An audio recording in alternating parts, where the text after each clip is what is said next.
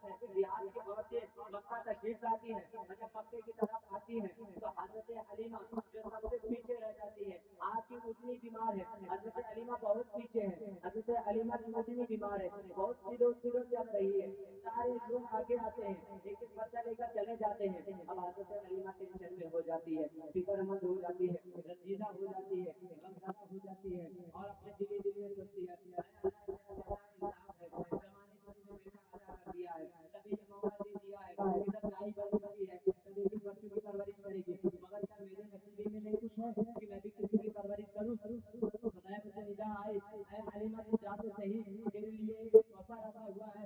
حضرت حلیمہ مکہ مکرمہ پہنچتی ہے، حضرت عبداللہ کے گھر پہنچتی ہے، تو میرے آقا کو جب پاتی ہے تو چمکتا ہوا چہرہ دیکھتی ہے، حضرت حلیمہ خوش ہو جاتی ہے، میرے آقا کو گود میں لیتی ہے، اور اپنی بیمار سواری اٹھنی پر سوار ہوتی ہے، اور بیٹھ کر جب چلنے لگتی ہے تو وہ قافلہ جو بہت پہلے آگے جا چکا تھا، وہ قافلہ جو حضرت حلیمہ کے پیچھے چھوڑ چکا تھا، وہ قافلہ جو بہت آگے جا چکا تھا، اس قافلے کو بھی حضرت حلیمہ نے پیچھے چھوڑ دیا ہے۔ قافلے والے دیکھ کر غیرت زدہ رہ گئے، آخر بات کیا ہے؟ یہ وہی حلیمہ ہے نا جس کی اٹھنی بیمار تھی، آخر بات کیا ہے؟ یہ وہی حلیمہ ہے نا جس کے پاس کھانے کے لیے کوئی پیسہ نہیں تھا، آخر بات کیا ہے؟ یہ وہی حلیمہ ہے نا جس کے پاس کوئی پیسہ رقم نہیں تھا، آخر بات کیا ہے؟ کہ حلیمہ اتنی تیز جا رہی ہے، اس کی سواری بھی اتنی تیز جا رہی ہے، آخر بات کیا ہے؟ کہ حلیمہ جس راستے سے جا رہی ہے وہ راستہ مہکتا چلا جا رہا ہے، آخر وجہ کیا ہے؟ لوگوں نے حلیمہ سے اعتراض کرا اور سوال کرا ہے، حلیمہ آخر بات کیا ہے؟ تو مکہ سے کیا سواری بدل کر آئی ہے؟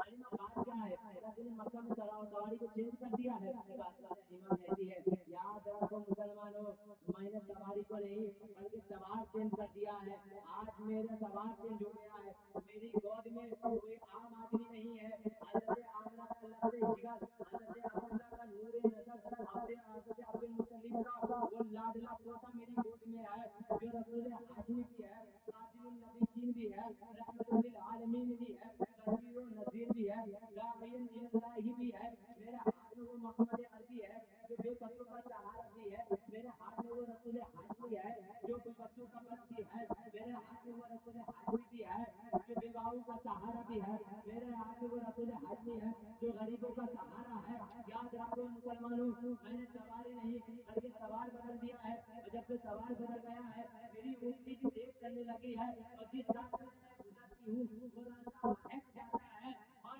اسی کو میرے اعلیٰ حضرت اپنا ترجمانی فرماتے ہیں، جہاں مہکتے ہیں مہکنے والے، منہ پہ چلتے ہیں بھٹکنے والے۔ میرے آقا کو حضرت حلیمہ لے کر چلنے لگتی ہے، جب اپنے گھر جاتی ہے تو کیا دیکھتی ہے؟ میرے آقا کو جھولے میں سلا دی، اب یہاں سے میرے آقا جھولے میں ہے، اب حضرت حلیمہ کو پہنچی، آپ کیا فرماتی ہیں؟ جب میرے آقا کو اپنے گھر لے آتی ہے تو آپ اپنی زبانی کیا بیان کرتی ہیں؟ دنیا والوں کو کیا پیغام دیتی ہیں؟ جب زمانے والے نے اعتراض کیا کہ اے حلیمہ تو مکہ سے ایسا کیا لے آئی ہے کہ تو دن بھر دیا بھی جلائے رہتی ہے؟ کتنا تیرے پاس تیل ہو گیا کہ تو دن بھر دیا جلائے رہتی ہے؟ کتنا تیرے پاس مال و زر ہو گیا، رات رات بھر تو گھر کو روشن کیے رہتی ہے، پورا گاؤں رات میں لائٹ بند کر دیتا ہے، اپنی چمنی بجا دیتا ہے، اپنے دیے کو بجا دیتا ہے، مگر تیرے گھر کا دیا جلتا رہتا ہے، اور اتنا تیز جلاتی ہے کہ تیرے گھر کی روشنی آسمان سے باتیں کرتی ہے، اتنا تیز دیا جلاتی ہے کہ تیرے گھر سے نکلنے والی کرنیں پورے گاؤں کو روشن کر دیتی ہے۔ تو حضرت حلیمہ فرماتی ہے میں کوئی دیا نہیں جلاتی، اور میں بتا دوں جب سے میں نے محمد عربی کو اپنے گھر میں لائی ہوں نا تب سے مجھے دیا جلانے کی ضرورت ہی نہیں آئی ہے، میرے آقا کے چہرے کی نور ہی ایسے ہے۔ میرے آقا جب حضرت حلیمہ کے گھر جاتے ہیں تب سے دیا جلانا بند کر دیتی ہے، کیونکہ میرے آقا کے چہرے کی چمک ہی ایسی تھی کہ گھر ہمیشہ روشن رہتا تھا۔ اب وہی حضرت حلیمہ میرے آقا کے بارے میں فرماتی ہیں جب میں نے محمد عربی صلی اللہ علیہ وسلم کو جھولے میں لٹا دیتی تھی تو میرے آقا کا جھولا میں نہیں جھلاتی تھی بلکہ فرشتے جھلایا کرتے تھے. وہی حضرت حلیمہ ہے. اس کے آگے کیا فرماتی ہے کہ میں نے کئی مرتبہ یہ نوٹ کیا ہے, میں نے کئی مرتبہ یہ دیکھا ہے کہ جب حضرت عبداللہ کا لاڈلا, حضرت آمنہ کا لال دلارا, حضرت عبد المطلب کا آنکھوں کا تارا اس جھولے میں لیٹا رہتا تھا اور اپنے ہاتھ کو آسمان کی طرف اٹھا کر جس طرف اپنے ہاتھ کو گھماتا تھا اس طرف چاند جھک جاتا تھا, اور جب چاند جھک جاتا تھا تو میں تعجب میں ہو جاتی تھی آخر یہ بچہ کون ہے, یہ بچہ کون سا بچہ ہے, یہ بچہ کون سی طاقت رکھتا ہے, یہ بچہ کون سی نعمت لے کر آیا ہے, اللہ کی کون سی رحمت ہے کہ آخر بات کیا ہے کہ اس کا ہاتھ ادھر جاتا ہے, چاند ادھر جھک جاتا ہے, آخر بات کیا ہے کہ اس کے جھولے کو فرشتہ جھولا جھلا رہے ہیں, آخر اس کی شان کیا ہے, اس بچے کے بارے میں میں خود نہیں سمجھ پاتی ہوں. حضرت حلیمہ کے جب اس واقعے پر بریلی کے تاجدار کی نظر پڑتی ہے تو آپ کی ارشاد فرماتے ہیں چاند جھک جاتا جدھر انگلی اٹھاتے محض میں کہیں چلتا تھا اشاروں پر کھلونا. میرے آقا جب جھولے میں ہاتھ سے جھلاتے تھے تو چاند جھول جاتا تھا. یہ میرے آقا کی زندگی